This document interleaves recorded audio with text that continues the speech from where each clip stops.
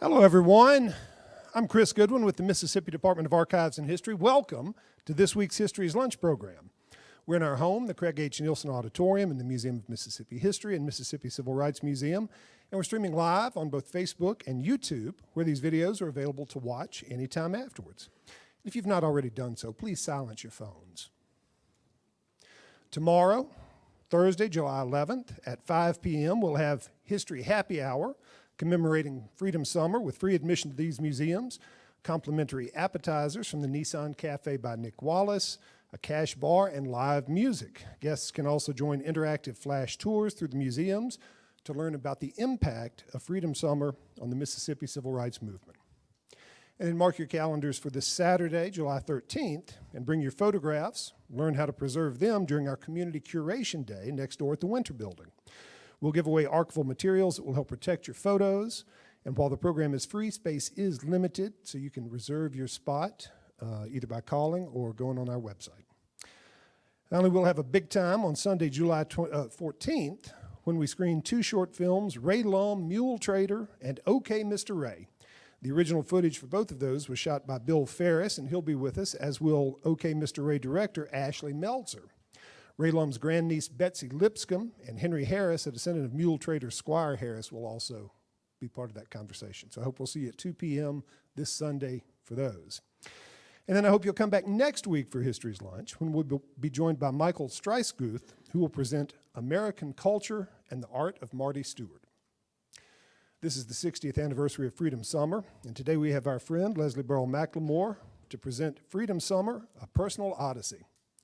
Dr. Leslie-Burl McLemore is a member of the Board of Aldermen of Walls and Professor Emeritus of Political Science at Jackson State University, where he was former Dean of the Graduate School and interim president, as well as the founding chair of the Department of Political Science and founding director of the Fannie Lou Hamer National Institute on Citizenship and Democracy. McLemore served on the Jackson City Council from 1999 to 2009 and was council president for 6 years, and the acting mayor of Jackson in 2009. He earned his BA in Social Science and Economics from Rust College, his MA in Political Science from Atlanta University, and his PhD in Government from the University of Massachusetts at Amherst.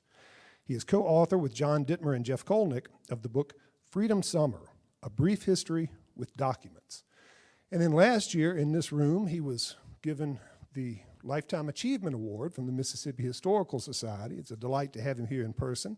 And before any of that happened, he was the regional coordinator for the 1963 Freedom Vote campaign, a founding member of the Mississippi Freedom Democratic Party, and one of 64 MFDP delegates to the Democratic National Convention in Atlantic City. He'll talk about that and other parts of his experiences. Help me welcome to the stage Dr. Leslie-Burl McLemore.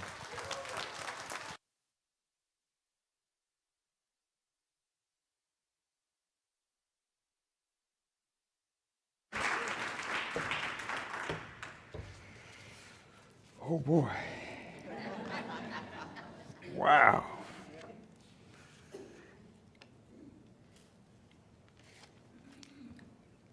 It is the manifest intention of this convention to secure to the state of Mississippi white supremacy, the journal of proceedings for the 1890 Constitutional Convention.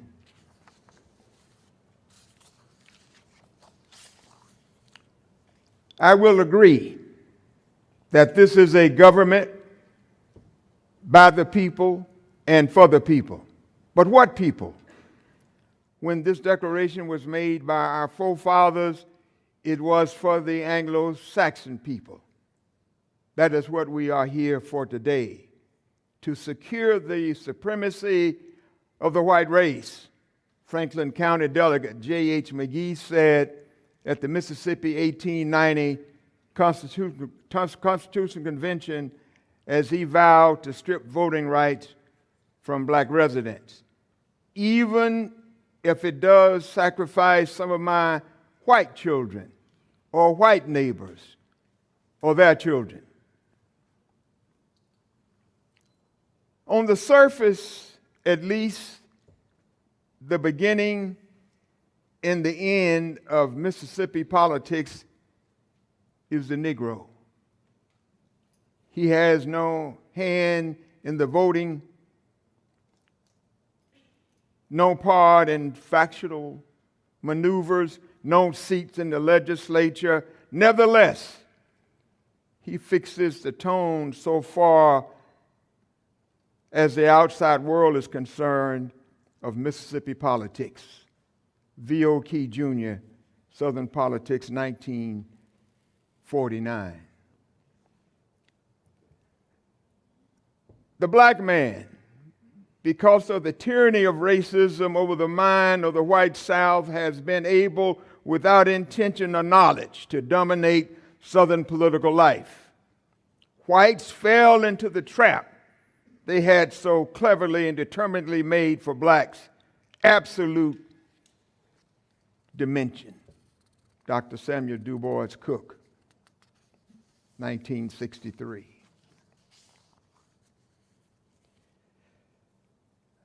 The 115 students stopped in front of the City Hall to begin praying one by one.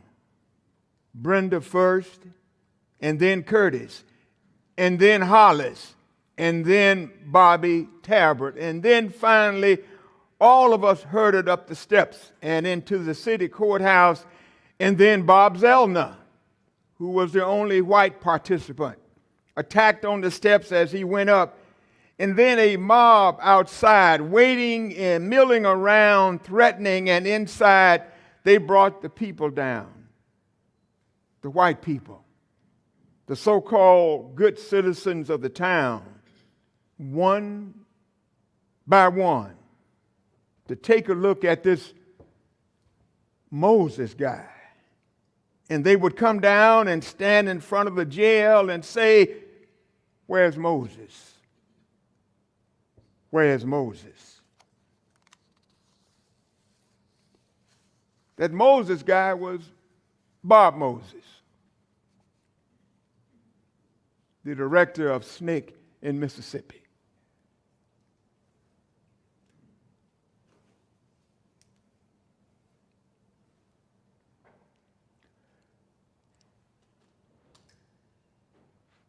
From Freedom Summer, A Personal Odyssey, presented by Dr. Leslie-Burl McLemore, July 10th, 2024. That's Leslie-Burl McLemore as a freshman at Rush College, as a sophomore at Rush College, as a junior at Rush College, as a senior at Rush College, and president of the student government at Rush College. Had no idea I looked so handsome then.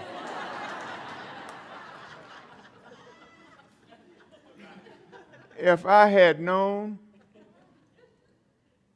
that I looked that good, I would have had more than just one girlfriend.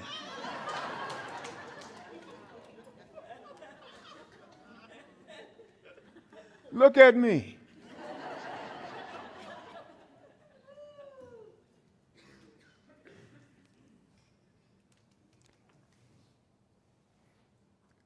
These are the founders of SNCC, the Student Nonviolent Coordinating Committee in Mississippi. These are the founding fathers and mothers of SNCC, the Student Nonviolent Coordinating Committee in Mississippi. This was Macomb, Mississippi, 1961. Douglas MacArthur Cotton from Yazoo, from Kosciuszko, Mississippi. Brenda Travis from Macomb, Mississippi. I made a slight version of this presentation in Greenwood a couple of weeks ago, and I talked about the Macomb Project. I talked about 1961, and I failed to mention Brenda Travis's name. And Brenda Travis was the only one in the audience from Macomb. So when y'all see Brenda, y'all tell Brenda that Leslie McLemore mentioned her name, the second name on the list. And then there was Hollis Watkins from Boca Chica, Curtis Hayes, Bob Zellner, the white SNCC field secretary that was attacked on the steps. Then there's Bob Moses, John Hardy, Reginald Robinson, Marion Barry Jr., Chuck McDew, Bobby Talbot, Ike Lewis, Travis Brent, Charles Melvin Sherrard Jr., C.C. Bryant, Aline Quinn, and Jimmy Travis. I mentioned the founding mothers and fathers of SNCC in Mississippi because we don't honor the people who made the revolution. Too often, we forget about the foot soldiers. Douglas MacArthur Cotton from Attala County is a foot soldier.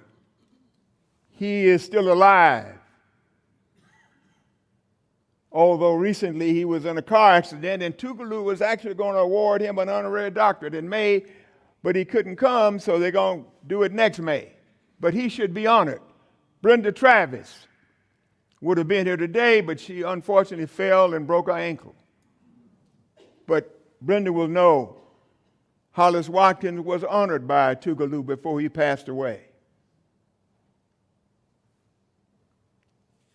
So at the Mississippi Civil Rights Museum, it's important that we honor the foot soldiers. But we also honor the people who made the revolution. Bob Moses. Fannie Lou Hamer is, in fact, is better known than Bob Moses. And Bob Moses made Fannie Lou Hamer. Dr. Robert Parrish Moses came to Mississippi in 1961 as a part of the Macomb Project. So Macomb is important because it is the beginning of the mass movement in Mississippi in 1961, the Macomb Project that was headed by Bob Moses. Bob Moses went to Macomb at the invitation of C.C. Bryant.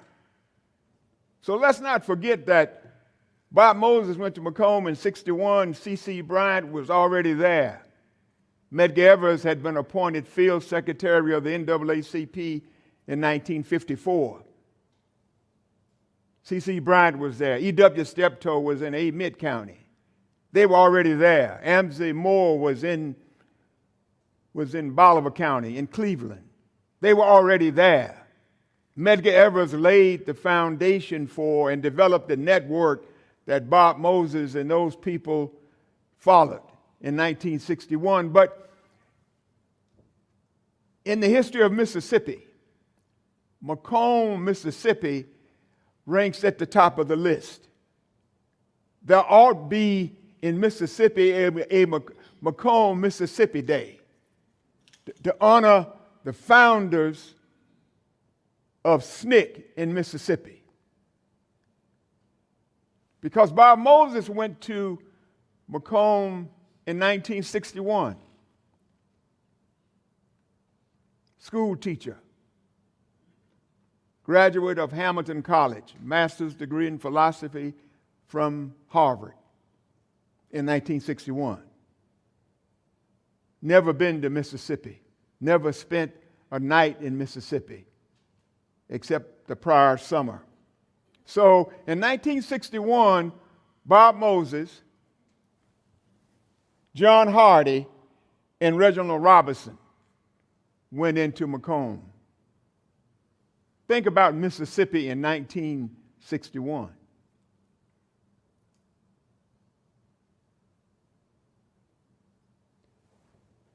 John Hardy had been involved in the sit-ins in Nashville. Reginald Robinson had been involved in the sit-ins in Baltimore. John Hardy today lives in Detroit. Reginald Robinson lives in New Orleans.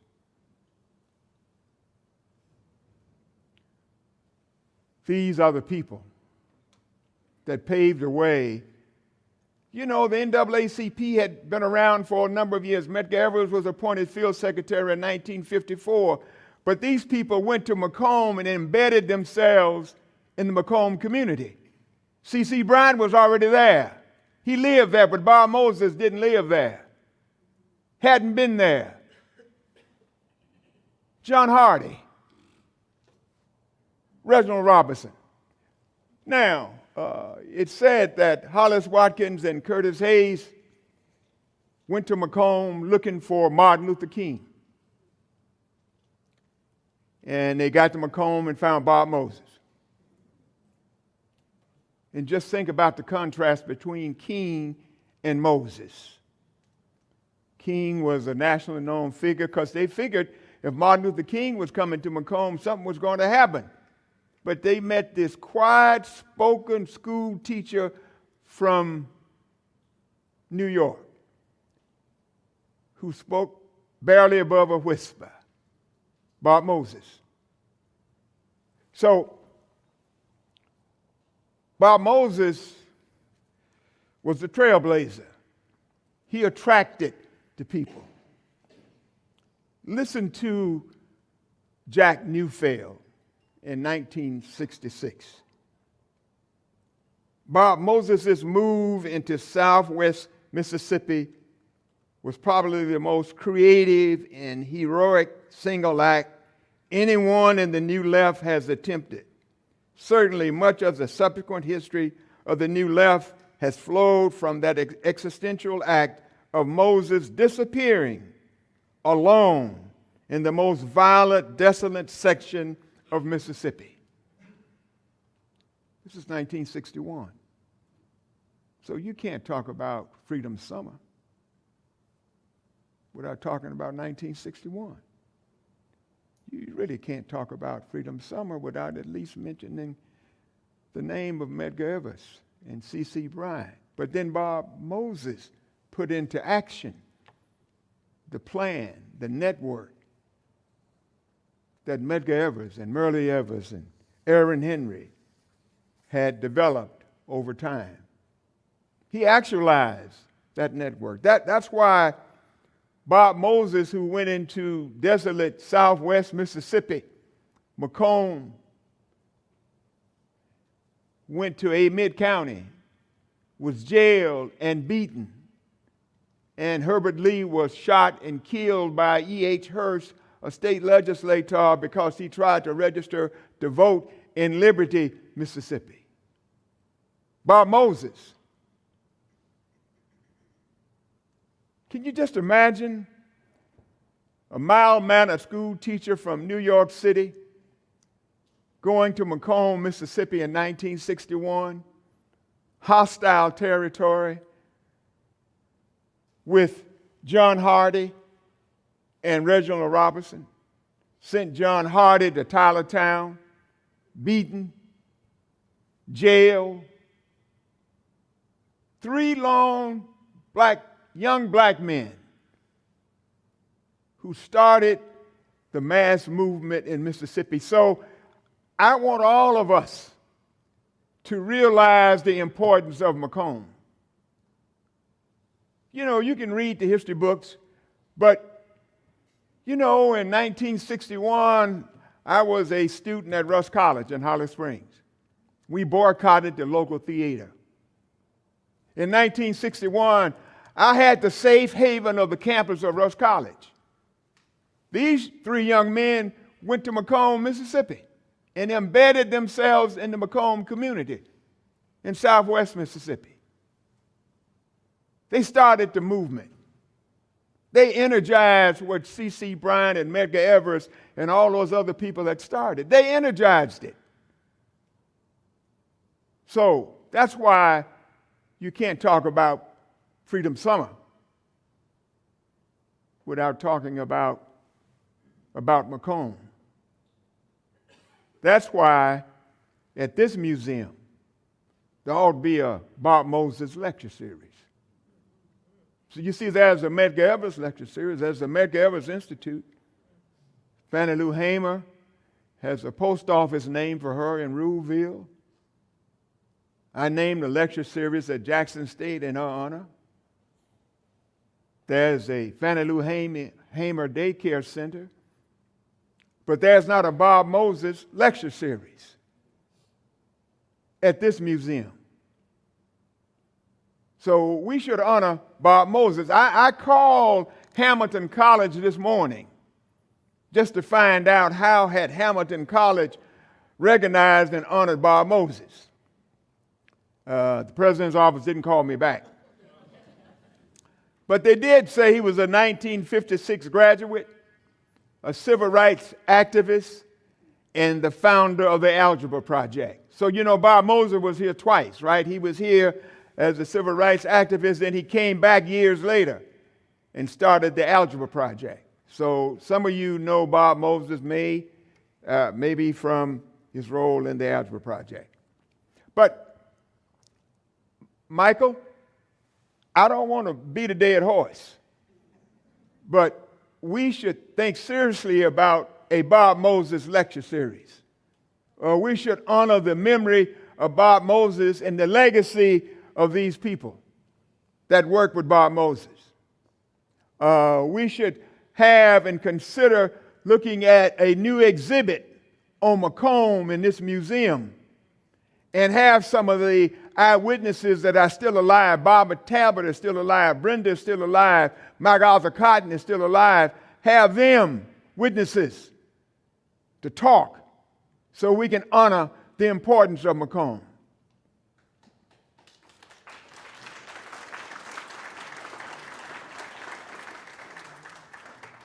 Now that clap was led by Michael Morris. So that means we have a commitment from Michael Morris. And I know, I don't think Katie is here, but we have a commitment from Michael Morris, who's director of the Civil Rights Museum, 2 museums, that we would look into a Bob Moses lecture series. And I am going to pledge the first $1,000 for the Bob Moses lecture series.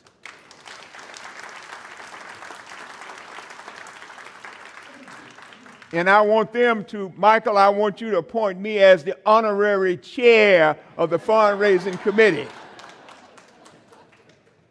because I think it's important that we honor the legacy of Bob Moses, because Bob Moses made a difference. So Bob Moses really was a genius. I said in Greenwood that Bob Moses was a genius. People said, you know, I had no idea when I said that Mrs. Moses was in the audience. But Bob Moses was a genius. He was a genius. He was a genius. He was thoughtful.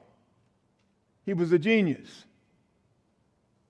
In fact, he got the MacArthur Genius Award too, you know, so he was a genius. So now let me move on, but let me just say this, that Bob Moses started in Macomb in 1961, and I can't go into detail on the Macomb story, but Bob Moses had Reverend R.L.T. Smith and Reverend Merrill Winston Lindsay to run for the U.S. Congress in 1962. To run, 2 black men running for the U.S. Congress, first black persons to run for the Congress since Reconstruction.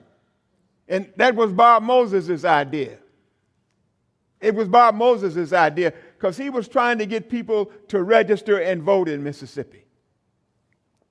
And that's why he encouraged those individuals to run.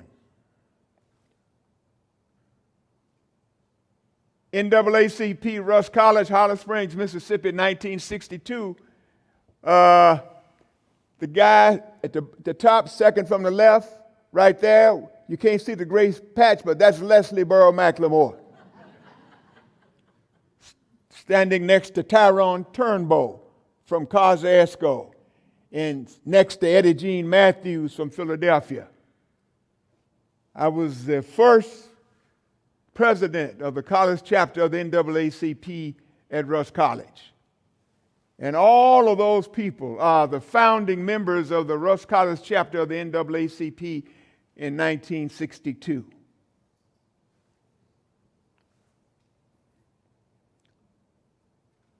This is Aaron Henry on the campus of Russ College, 1963. And he's running for governor as a part of the Freedom Vote campaign. Chris pointed out that I was the northern coordinator for the Freedom Vote campaign in 1963.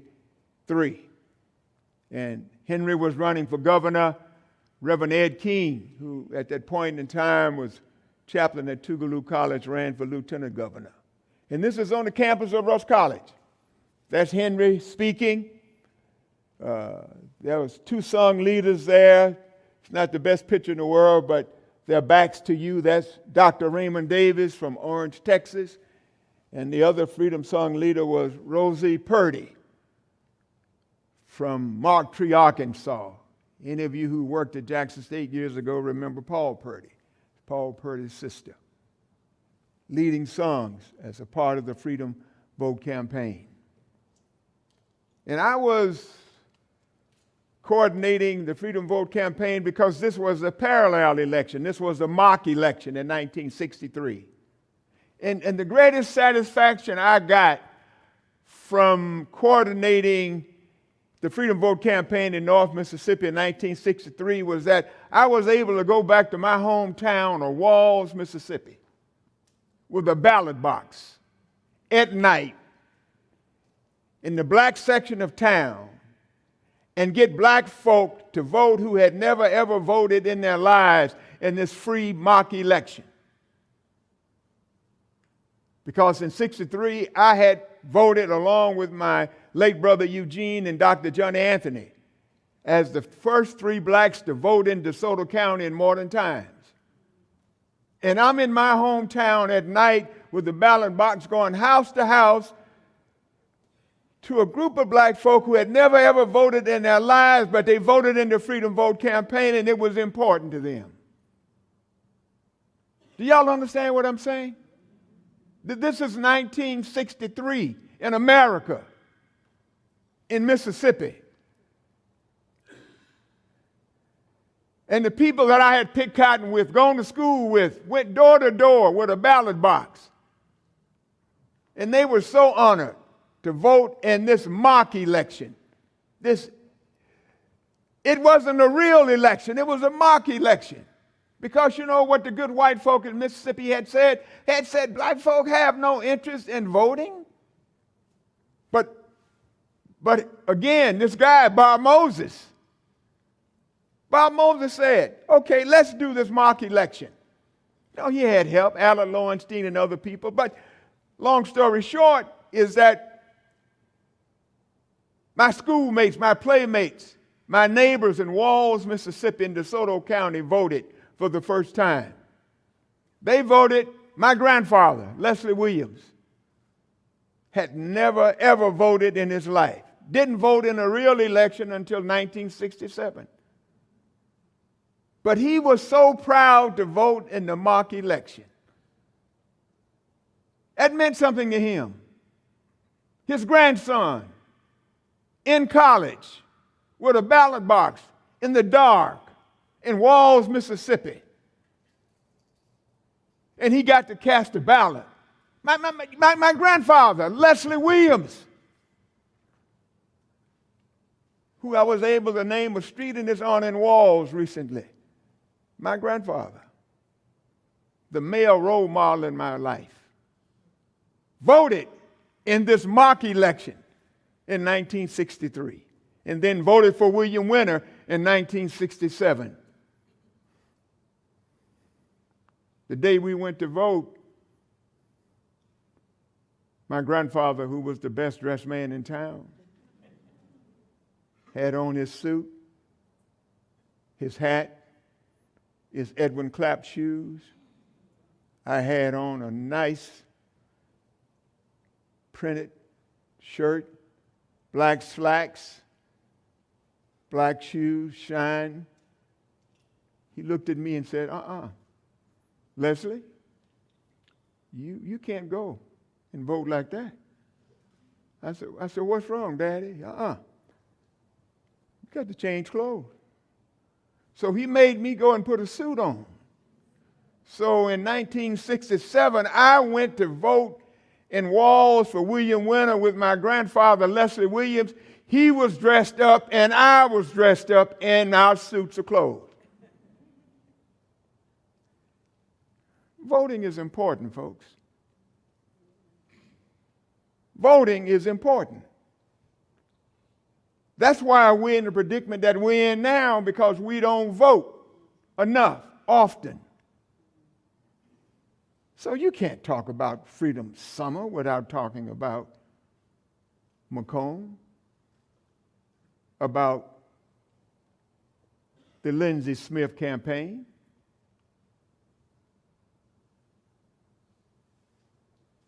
You can't talk about Freedom Summer without talking about the Freedom Vote campaign in 1963. And you cannot talk about Freedom Summer without talking about the role that Bob Moses played in the process. So, I have been called a scholar, which I doubt very seriously. I've been called an activist, which I own up to. And I've been called an advocate. And I am advocating this morning that this museum name a lecture series in honor of Bob Moses. I am advocating that wherever you are, if you hear the sound of my voice and you read something about Bob Moses and you understand the significance of that genius, that you do something in your hometown about Bob Moses, is that you teach your students about Bob Moses and the founders of SNCC in Mississippi, is that you make that a part of your text, is that you don't talk about Freedom Summer without talking about Macomb. And if you have an opportunity, invite some of the eyewitnesses that are still here to your classes. So,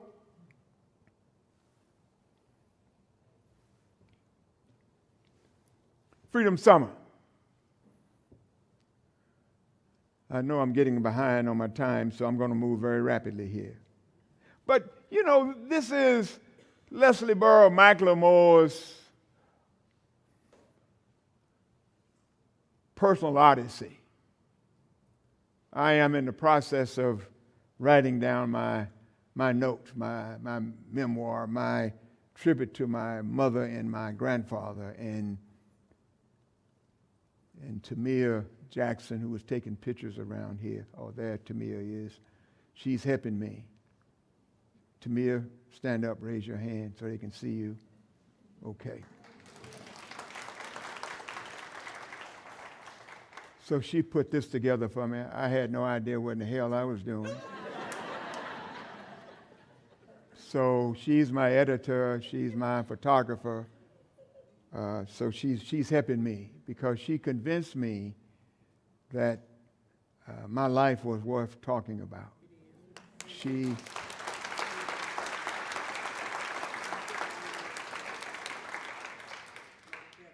a 1999 graduate of Rush College.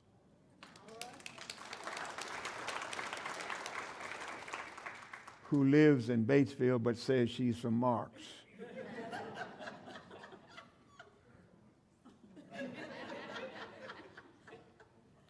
Freedom Summer was designed to politically, socially, and economically provide uplift for people who had been excluded from the political process for hundreds of years. The 1964 Summer Project was developed to bring black people into the 20th century politically, socially, and economically. The goals were to register black people to vote, establish freedom schools, and build community centers. Hence, the MFDP was the political component, the freedom schools were the social education component, and the building of community centers was the economic development component. Lofty goals for people denied the right to participate in the political process for hundreds of years.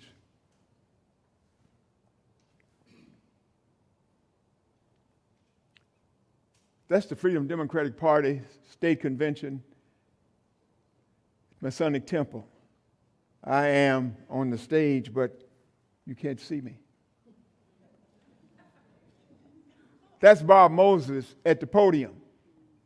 And next to Bob Moses is Aaron Henry. And to the left of Aaron Henry is Ella Baker, who was the principal speaker there. And to Moses' left was Reverend R.L.T. Smith. Now, let me tell you, Tamia did something really fancy. She called this the magnifying glass effect, because I am back here. I am right there. I'm right there next to Joe Rao, who was the lawyer for the Freedom Democratic Party. And on Joe Rao's left shoulder is Lee Ferris Dilworth, a 1966 graduate of Rush College. So I just want y'all to know that I was there. I was there as the vice chair of the Mississippi Freedom Democratic Party, because the chair, Lawrence Guillot, was in jail in Hattiesburg. He elected to serve a term out, so I was the vice chair. I was a 23-year-old Rush College almost graduate, vice chair of the Mississippi Freedom Democratic Party.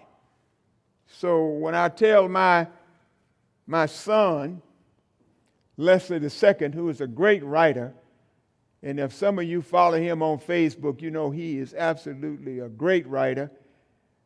He got his sense of humor from me, but he didn't get the writing part from me. That's Leslie-Burl McLemore. Y'all see me? Y'all see the gray spot? And in the middle, that's Fannie Lou Hamer. And on the end, that's Charles Melvin Sherrod Jr. And we are in Atlantic City, New Jersey, because part of my job in 1964 was to be the advance person. So I was spending time in Mississippi and Atlantic City. So this is prior to the convention. Mrs. Hamer came up to speak. And Sherrod and I secured the venue and did the publicity, and Mrs. Hamer spoke in Atlantic City prior to the convention. So, again, I can't quite figure out why I thought I was not handsome, but that's me again right there. So let me move on, but I had a unique experience as a 23-year-old Rush College graduate in 1964. I had been involved in the movement, graduated from college, had a job at a roofing factory in Memphis, Tennessee. Walls, Mississippi is just outside of Memphis. Had a roofing job there. And I got a call because I was preparing to go to graduate school. I was preparing to go to law school. So I figured my civil rights activities were over. But I got a call from a guy named Frank Smith Jr., who had been, as a part of the Rush College campus, had been a SNCC field secretary, called me and said, "We want you to join us in Washington, D.C. So Frank called me and said, "We want you to join the national staff of the Freedom Democratic Party." So I left my roofing job that I was about to be fired anyway. I left my roofing job, rode the Greyhound bus from Memphis to Manhattan to the home of Ella Baker.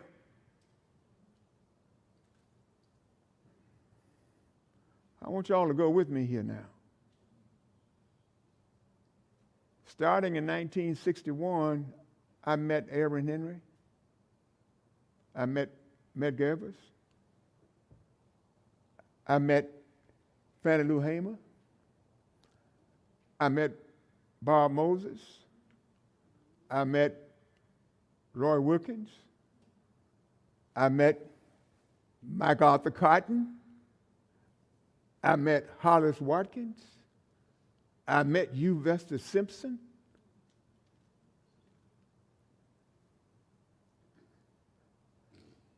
I met Fannie Lou Hamer in 1963 on a bus from Cleveland to Dorchester County, Georgia. 23 years old. Just think what a life I was leading at that point. So, you know, the stories of the beatings and the killings, clearly when you think about Freedom Summer, you think about Cheney, Goodman, and Swerner. Because that was the beginning of Freedom Summer. Their lynchings, their death. But then you think about the institutionalization of the Freedom Democratic Party and the Freedom Schools. But then let's think about the people. Don't forget about the people, the foot soldiers who actually made it happen. So I am in Atlantic City with Charles Melvin Sherrod. And Charles Melvin Sherrod had been one of the persons in Macomb, Mississippi in 1961 with Bob Moses. He left Macomb and went to Southwest Georgia and started the Southwest Georgia Project, but he was the SNCC field secretary. So I had met, and when I was in Atlantic City, New Jersey in 1964, I didn't realize that Charles Melvin Sherrod had been in Macomb. I didn't realize that Reginald Robertson had been in Macomb. I didn't realize that. I am with young men who had helped to change the world by that point in time. Because there's no other more important period in Mississippi history than between 1960 and 64. Mississippi helped to change America. That's why Bob Moses was a genius. Y'all understand what I'm saying? That's why Bob Moses was a genius. You know, I'm not saying other people didn't make contributions. Medgar Evers sacrificed his life, but I'm saying Bob Moses energized what C.C. Bryant and Medgar Evers had done. You know, I read the quote from Jack Newfield, and Jack Newfield said, Bob Moses, that single act. You know what Bob Moses said? In the same breath, Bob Moses said, oh, no. Don't give me the credit, give C.C. Bryant the credit. Bob Moses was right, Dave.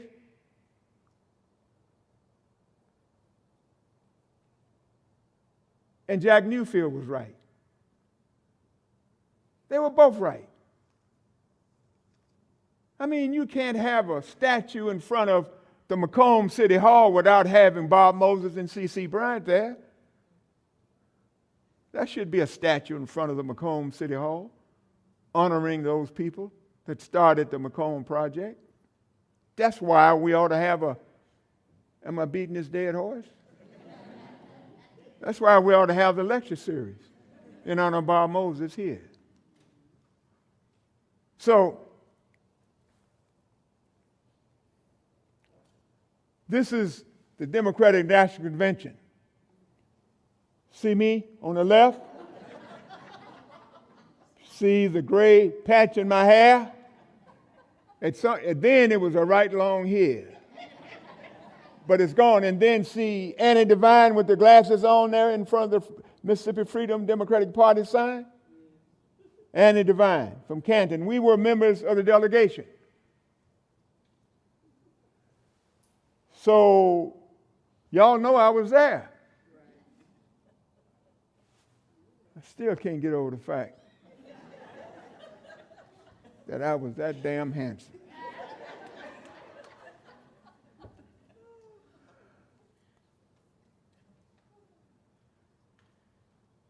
Freedom Summer.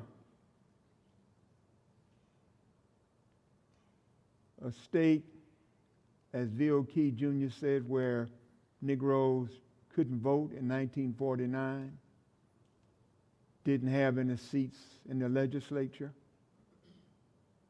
but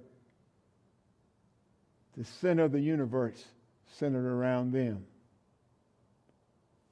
Fast forward, Mississippi, in 2024, 38 to 40% of the population is African American. We have 60+% black folk in the Mississippi legislature.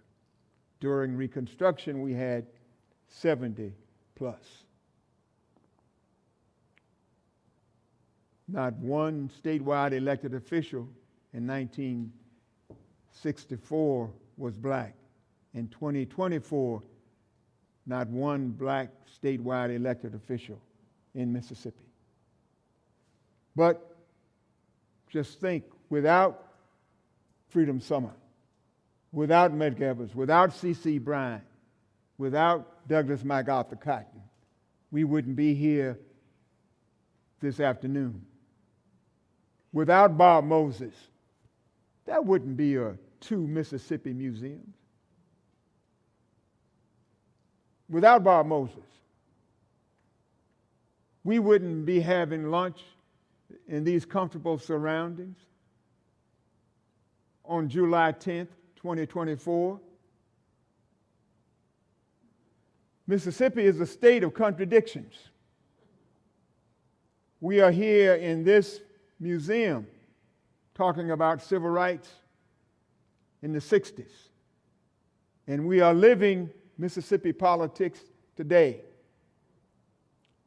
Oh, without C.C. Bryant and Amzie Moore and Dovey Hudson and Winston Hudson and Fannie Lou Hamer and Annie Devine and Victoria Jackson Gray and George Ladner and Dory Ladner, we wouldn't be here. We wouldn't have more blacks in the Mississippi legislature than any other state in the Union. Although I made a comment in Greenwood a couple of weeks ago that offended some of the legislators, but I was really not talking about the individual legislators. I was talking about the legislative black caucus. I was saying that the caucus should be more outspoken, should be bolder. They should take the examples from Bob Moses' world.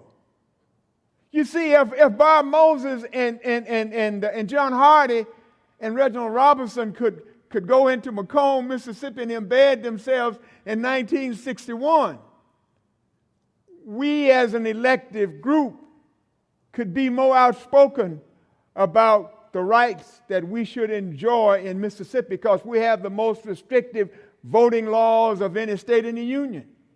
And let's go back to V.O. Key Jr. You see, Key was right.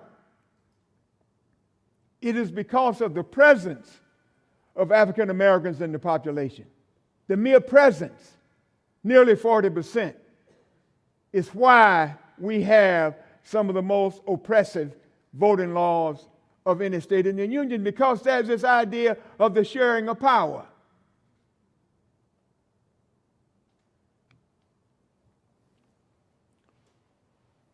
So let's pat ourselves on the back. We have people here, I understand, from Georgia and from Maine and Alabama, Wisconsin, from all over the country, who are listening to this Bob Moses talk. And they're going to go back to Alabama and Wisconsin and Maine and talk about Bob Moses. But also I want them to be able to say that the local people in Mississippi that house the Bob Moseses of the world and these people, that they should be recognized. Y'all understand what I'm saying? I'm saying the people who lived in Macomb, who sacrificed, who fed the volunteers the cornbread and the greens and the chicken, and who utilized the outhouses, who had never been introduced to outhouses in their lives. But they were the brave ones. So when you talk to your students, tell them about the local people. Talk about them. Let's honor them. Michael, I just thought of another day we ought to have. Michael, we ought to honor Local People Day. You know, John Dittmer wrote this great book on Mississippi civil rights, you know, on local people. We ought to have just a Local People Day. And Michael, let's call it this. Let's call it Local People Day and everybody comes to the museum free that day.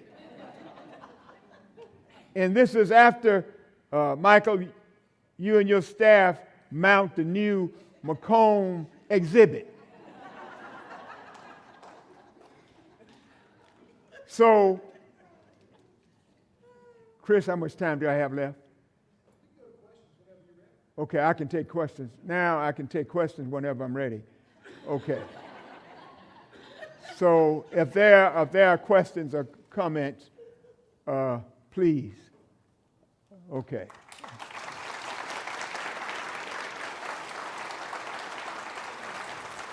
If anyone has a question, raise your hand. We'll bring the microphone to you.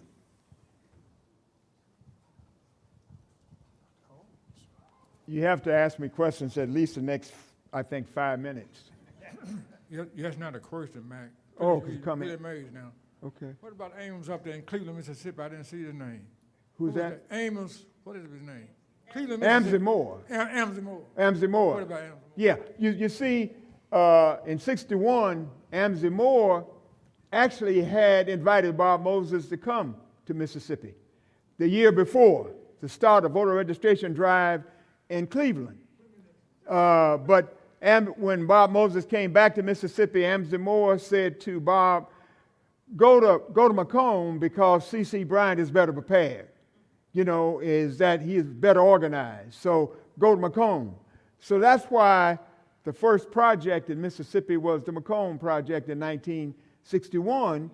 And that's why I say that the founders of SNCC were in Macomb. And Amsey Moore was in Cleveland. But so the founders were in Macomb. So that's why we need to have this project of honoring the Macomb people in 1961, because this is the beginning of the mass movement in Mississippi in 1961. Yeah, okay. First, I want to thank you for taking the time to share this perspective, especially about honoring local people. I'm from Hattiesburg, and so Palmer's Crossing is deeply important and so overlooked, and that's where Victoria Jackson Gray is from, and the Ladner sisters. Yes. And I was also, for my question, I was wondering about the tensions at the National Convention in Atlantic City about whether or not to take the compromise of 2 seats. I understand there was a pretty sharp division between whether or not that was a course of action that should have been taken, and I was wondering what your perspective was on it in the moment. Oh, my perspective is that we really should not have accepted the compromise. You know, a lot has been written about the compromise and about the convention. I really didn't want to concentrate on that because, you know, you're going to get that in the books. You're going to get the discussion about the different compromises. You're going to get the compromise by Edith Green. You're going to get the compromise by what Hubert Humphrey and Lyndon Johnson proposed. You know, you can read about that. But you didn't get from the books that Reggie Robertson gave me and suggested my first strong drink in Atlantic City was rum and Coke. You don't get that in the books. You know, you don't get Charles Melvin Sherrod telling me, why would you spend your last 50 cents buying a copy of the New York Times and you don't have a damn dime in your pocket? So you don't get that. Organizing Atlantic City, I was reading the New York Times every day. And we were organizing. And we had run out of money. And Charles Sherrod said, you know, let's use this 50 cents to go buy some sodas or something. But I went in and got a copy of the New York Times. And Charles Sherrod said, oh, man, you must be crazy. Why would you spend your 50 cents on the New York Times and we need to buy a Coke or something? You don't get that. So the compromise, no. You know, when at the Union Temple Church in Atlantic City, when we were discussing the compromise, Donna Moses, Bob Moses' first wife, was going from bench to bench, saying to us, don't accept the compromise, don't accept the compromise. But I knew in my mind, because I'm 23 years old, and I'm vice chair of the Freedom Democratic Party, I'm not going to accept that damn compromise, because we went there for the seats, because we were the recognized integrated delegation from Mississippi. We had 4 white folk in our delegation, and the white folks didn't have no black folk in their delegation. So, hey, we had God on our side and white folk in our delegation. So how could you go wrong? Oh, is there another question? Good evening, sir. How you doing? I'm doing well. My name is, excuse my dress, I come down with my grandkids. Oh, you're sharp as I am. Okay, child. My name is Joe Lewis, and I don't know if you remember Joe Lewis and Brenda Travis, Ike Lewis and Bob Moses, Miss Eileen Quinn. I'm a member of the Berkeley High School walkout on behalf of Brenda Now, what's your name again? What's your name again? My first name is Joe, and my last name is Lewis. Joe Lewis. I'm not related to them famous one that had the money. Oh, okay. But it's L-E-W-S. But I'm a member of the Berkeley High School walkout. Berkeley High School Let's give him walkout. another round of applause.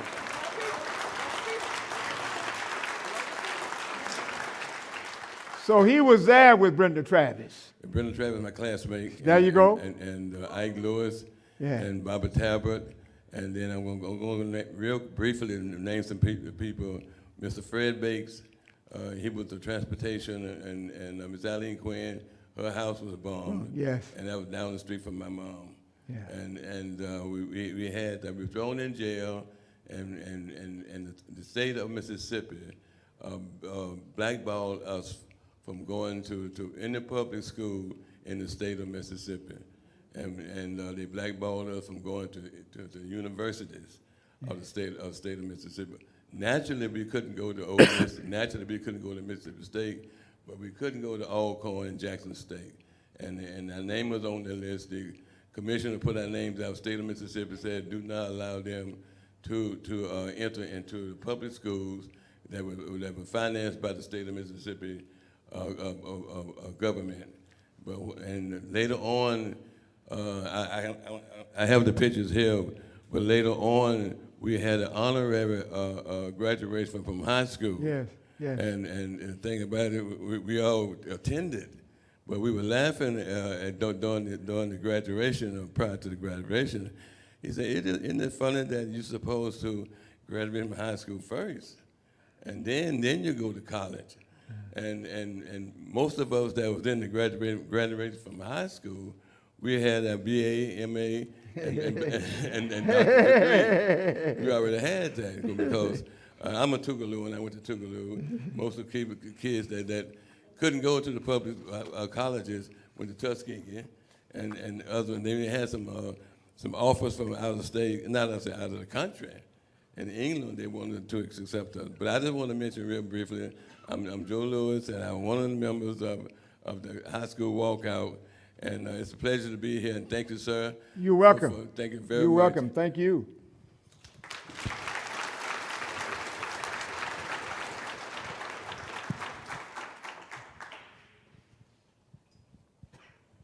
Doc, let's see if we can squeeze in one last question. Okay, Chris, you're in charge. Thank you kindly, sir, for such a wonderful presentation. What did you say? What'd you say? I just want to say thank you. A wonderful kindly presentation? For such a wonderful. Thank you. And that wonderful has a capital W on it. Thank by the you, way. thank you, thank you. But I'd like to ask you, on that list of 17 people that you had up there, Yes. did either one of them go on to become the mayor of Washington, D.C.? Marion Barry Jr. from Itta Bena, Mississippi. Yes, he became, and then, you know, Marion Barry was the first chair of SNCC, the Student Nonviolent Coordinating Committee. And Chuck McDew was the second chair of SNCC, the Student Nonviolent Coordinating Committee. And of course, John Lewis was the third chair. And then Stokely Carmichael was the fourth chair, remember? You know, Stokely Carmichael came to Macomb. You know, Macomb is really important because, again, I had no idea when I was in Atlantic City that I was walking with people who had helped to change Mississippi starting in 1961. I mean, I was doing whatever we were doing at Russ College, I was knocking on doors.